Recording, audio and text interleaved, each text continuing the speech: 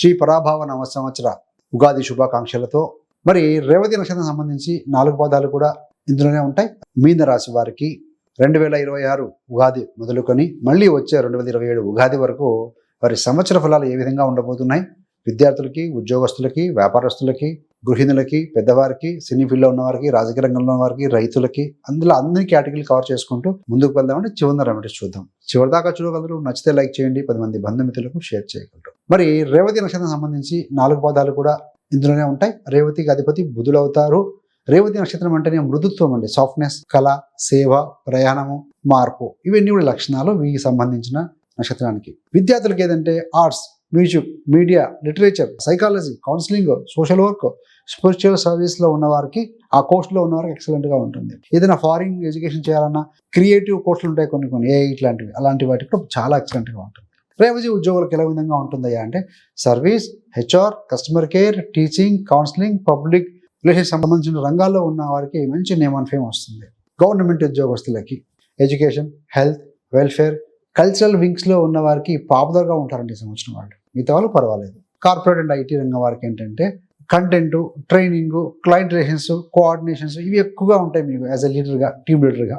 వ్యాపారం రేవతి వారికి విద్యా వ్యాపారం కావచ్చు, హీలింగ్ సంబంధించి, కౌన్సిలింగ్ సంబంధించి, ఆర్ట్స్, స్పిరిచువల్ సేవలకు సంబంధించిన వ్యాపారస్తులు కాస్త బలంగా ఉంటుంది ఈ సంవత్సరం. గురు దృష్టి బాగుంది, గురుడు బలంగా ఉన్నారు కాబట్టి. మొత్తంగా కేటగిరీ వైజ్గా చూద్దామండి మీనరాశి వారికి.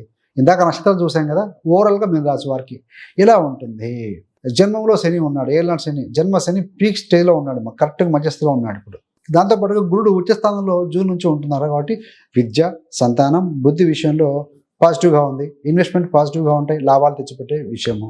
సింగిల్గా ఉన్న వాళ్ళు ప్రేమలో పడవచ్చు. Higher studies, research, professional degrees, foreign ఎడ్యుకేషన్స్కి మంచి స్కోప్ ఉందండి. సో అలాంటి ఆలోచన వారికి చక్కగా దాని మీద దృష్టి పెట్టవచ్చు. కష్టపడి చదువుతూ పనిచేసే విద్యార్థులు ఎవరైతే ఉంటారో కాంపిటేటివ్ ఎగ్జామ్స్లో మంచి ఫలితాలు కూడా వస్తాయండి, నో డౌట్. కరెక్ట్గా మంచి టైం టేబుల్ వేసుకొని ప్లాన్ చేసుకొని ముందుకు వెళ్ళండి, చాలా బాగుంటుంది. జూన్ టు అక్టోబర్ ఈ ఫేజ్ను మ్యాక్సిమంగా ఉపయోగించుకోండి. గురుబలం బలంగా ఉంటుంది. గురువులకి నమస్కరించుకోవడం, రెస్పెక్ట్ ఇవ్వండి, ఆశీర్వాదం తీసుకోండి, చిన్న చిన్న గిఫ్ట్లు ఇవ్వండి, చాలా బాగుంటుంది. మరి మీన రాశి ఉద్యోగస్తులకు ఏ విధంగా ఉంటుందంటే కెరీర్లో మంచి ఎదుగుదల ఉంటుంది, ప్రమోషన్స్ వచ్చే అవకాశం ఉంది, స్థిర చర ఆస్తులలో విజయాలు పొందుతారు. ఏది ఏమైనా కూడా ఈ సంవత్సరం బెస్ట్ ఇయర్ అని చెప్పొచ్చు. మీ కష్టానికి తగిన ఫలితం అయితే వస్తుంది. శని ఉన్నాక హార్డ్ వర్క్ చేస్తారు, నో డౌట్. ఏదైనా కొంతమందికి ప్రమోషన్ కూడా రావచ్చు, అర్హులైన వారికి. హై రెస్పాన్సిబిలిటీ ఉంటుంది, బాధ్యతలు ఉంటాయి, మేనేజ్మెంట్ రికగ్నిషన్ కూడా చేస్తుంది, ఈవెన్ ప్రైవేట్లో ఉన్న వారికైనా సరే. జాగ్రత్త ఏంటంటే సూచన, జన్మంలో శని ఉన్నారు కాబట్టి వర్క్ లోడ్ ఉంటుంది, ప్రెజర్ ఉంటుంది. మీ యొక్క హెల్త్ మీద దృష్టి పెట్టాలండి.